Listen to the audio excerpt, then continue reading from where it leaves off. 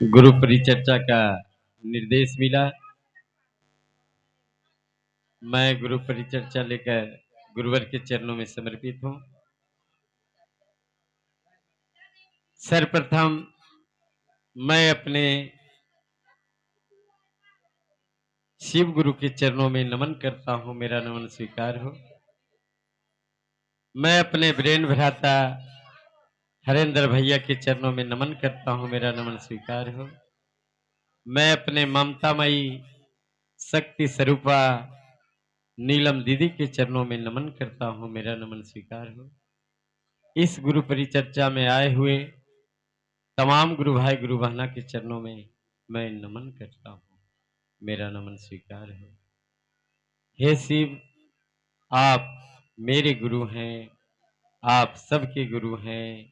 आप मुझ पे दया करें, आप सब पे दया करें। एगो पंखवा होने दे, एगो होने दे, एगो आरो होने दे।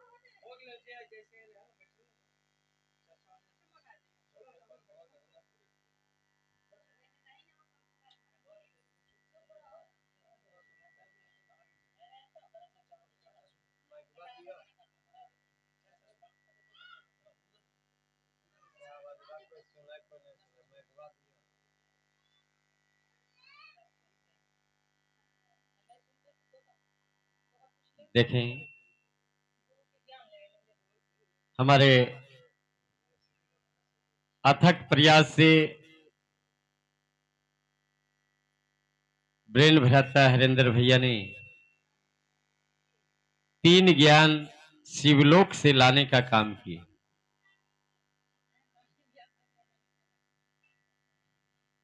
और उन्होंने बड़े नजदीकी से सारे दुनिया को, सारे घर को, सारे लोगों को देखा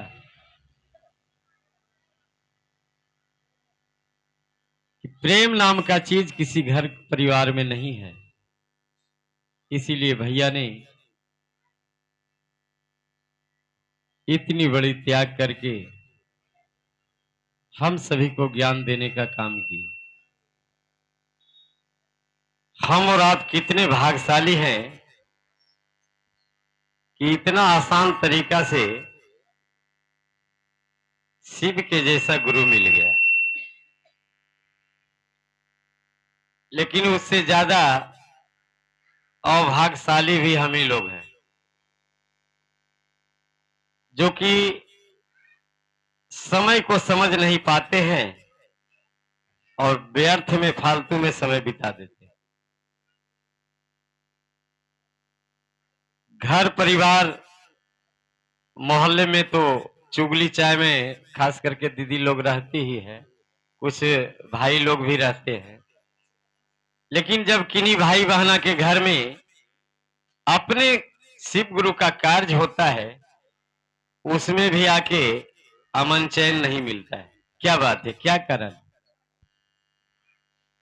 क्योंकि मन इतना चंचल है कि मन पे काबू हम और आप पा ही नहीं पाते हैं। दिल में जो कपट है, कपट को निकाल ही नहीं पाते हैं। कपट को निकाल के गुरु के प्रति, गुरु के चरणों के प्रति, गुरु के काज के प्रति दिल में थोड़ा थोड़ा भाव को जगाई। और यही सब चीज से हम और आप वंचित रह जाते हैं और कहते हैं कि हम 15 साल से इसमें हैं शिव चर्चा में, तो 20 साल से है, तो 25 साल से है, कुछ लाभ नहीं मिलता है। अगर किन्हीं के घर में हम और आप मजदूरी करने जाते हैं तो क्या करते हैं, वहां उनके पलंग पे सो जाते हैं ऐसी कूलर चालू करके, तब मजदूरी मिलता है। कि उनके घर में जाते हैं तो काम करते, जो काम बताया जाता है। बहुत घर में काम भी करवा लेता है और उधारी रह जाता है। तो अगर आप काम करेंगे तो मजदूरी मिलेगा ही। तरिया से अलग हो जाए, हमरा से अलग हो जाए, लेकिन गुरु से अलग नहीं हो जाए। चाहे पुराना गुरु बहना हो, बहुत जानकार है।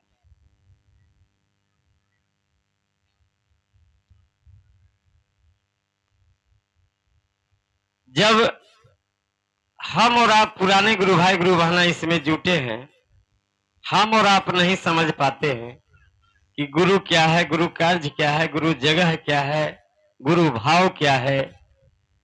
तो नया भैया दीदी का तो कुछ कहने का। भैया हम सभी को समझा के गए, नीलम दीदी हम सभी को समझा गए, पूरे दुनिया को, पूरे संसार को।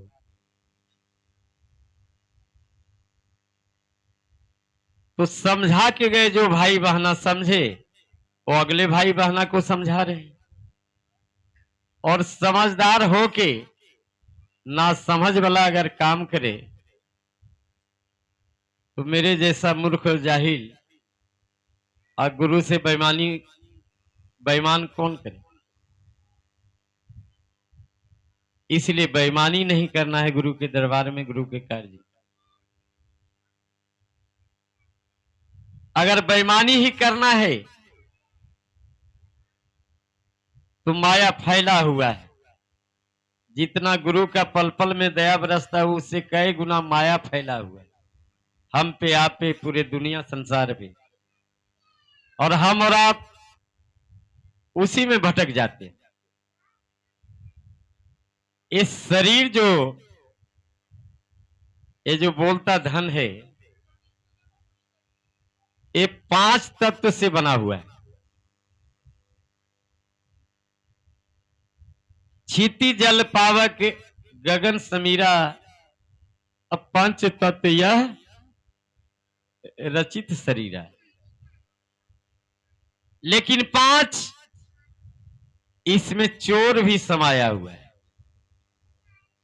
5 तत्व से बना है समाधि, तो 5 गो बड़का बड़का जो है महाचोर घुसा हुआ है। हमें और आपको वही 5 चोर को भगाना है, तब भाव जगे। तो 5 चोर है कौन? काम है, क्रोध है, मद है, लोभ है, सिपाही। वो हमेशा अपनी ओर खींचेगा, कहेगा कहां जा रहा है, बलवा रे। सुधाजी के घर में, गुरु काज में, उधर नहीं, इधर चलो, उधर चलो, भटका देगा रास्ता को। और जब भैया दीदी मिलेंगे, पूछेंगे भैया आप आए नहीं गुरु काज में, सुधा दीदी के यहां था। क्या बतावे, ऐसे हो गया, आना तो बहुत चाहे, इसमें बच गए, उसमें उलझ गए। अगर आप घर से ही मन बना लीजिए कि मुझे हर हाल में जाना है तो जाना है। हम आने वक्त जयपति गुरु भाई को बोले, बोला पिंटू तो कॉल किया नहीं, चलिए नंबर नहीं होगा उपलब्ध। जबकि हम बहुत पहले से तैयार थे, चौक पर से फिर रिटर्न हो गए समाज सेवा के नाम पे। उसे समझा के उनका काम को सार्थक करके फिर वहां चल दिए। माया बहुत खींचेगा इधर उधर, लेकिन हमको गुरु कार्य में सम्मिलित होना था, आना था, आ गए। एक दिन और हुआ, हम गुरु कार्य के लिए निकले, घर से निकल गए कुछ दूरी, बीच में कॉल आ गया कि भैया आज ऑपरेशन है, मेरे पास आदमी कोई नहीं है, कैसे क्या होगा, आना है। फिर एक साथी को तैयार किए, उधर चल गए। इसके बाद भैया भी वही डेट में जो है मैसौड़ी बाबू टोला में थी, कर रहे थे। हम हेड कंपाउंडर से मिल लिए, चलिए भाई ऐसी ऐसी बात है भैया, सो कितना देर में होगा ऑपरेशन? अभी है 2-3 घंटा समय है। बोले चलो यहाँ नहीं, कहीं भी गुरु काज में सम्मिलित हो जाना है। तो गए, तो गुरु भजन एक करके फिर वहां से चल दिए। लेकिन हुआ ऑपरेशन के बजे तो 7 बजे शाम शुरू हुआ, पक्का 1.5-2 घंटा लगा। तो माया भटकाएगा हमको आपको, लाख चाहते हुए हम और आप भटक जाते हैं। जयपति गुरु भाई बोले थे, भैया के यहां था कार्यक्रम रक्षे बंधन, सिर्फ गौर करते जाइए। रात में श्राद्ध का कार्यक्रम था, दिन में भी बोला कि नहीं, फिर करवा लिया जिद करके। सब भाई का जो है बहन के तरफ से कॉल आ रहा है, भैया यहाँ जाना है, बेटी है, फलना है, उन लोग को बनवा के फिर उन लोग को विदाई करना है। सारे चीज को काट छाट करते हुए भैया के घर में सम्मिलित हुए। तो वहीं से पता चला कि पाड़ों में कार्यक्रम है। और देखिए कल पाड़ों से घूम के आए भैया, कहीं पते नहीं चला। पूरा पाड़ों छानबीन कर लिए। फिर महेश भैया का दुकान गए, उनका जमाई जी दुकान में थे, कॉल लगवाए, कॉल रिसीव नहीं हुआ। बोले कहीं से आवाज ही दिखाई नहीं देता है, सुनाई नहीं पड़ता है, जाए तो जाए कहाँ। हमको जयपति भैया बोल दिया कि पाड़ों में। हम बोले कि निश्चित डिफिनिट है, पता है कि नहीं है। तो रंभू भैया भी अपना काम में व्यस्त थे, बोले हाँ हाँ डिफिनिट है, निश्चित होगा ही। समय निकाल के चल गए, लेकिन पता नहीं चला। तो बिशनपुर में हो रहा था, तो पाड़ों से पैदले चला है बिशनपुर में, क्योंकि जाने वक्त आवाज लग रहा था।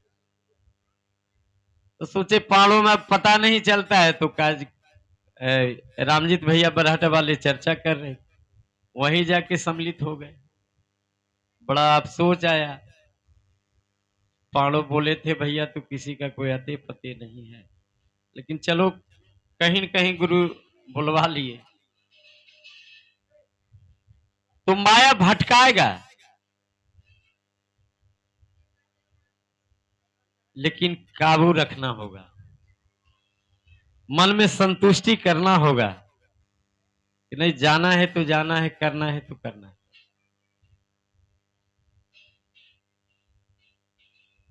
रास्ता में अनेक बाधा आएगा,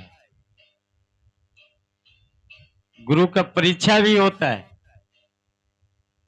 जो जितना इसमें लगा हुआ है भाई बहना, सुमा देवी बहुत दूरी दूरी चली जाती थी, अब लगता है कम गया है। अच्छा कोई बात नहीं, क्योंकि इनका पार्टनर जो दीदी थी इंदिरा दी का ट्रांसफर हो गया उनका दूल्हा का।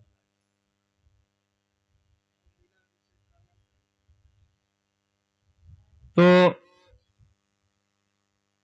बहुत सारे बहना भी इतना समर्पित है कि संसारिक काम छोड़ के अपने आप को समर्पित कर दिया। चाहे घर वाले कुछ बोले, बाहर वाले कुछ बोले, उससे लेना देना कुछ नहीं है। तो ये शरीर हम जो बोल रहे हैं, ये आत्मा रूपी सुगना बोल रहा है। और ये शरीर और सृष्टि दुनिया का जितना भी सजाया हुआ है, दिया हुआ है, जीवा जंतु, मानव दानव, हर चीज हमारे गुरुवर का देन है, क्योंकि सृष्टिकर्ता यही है।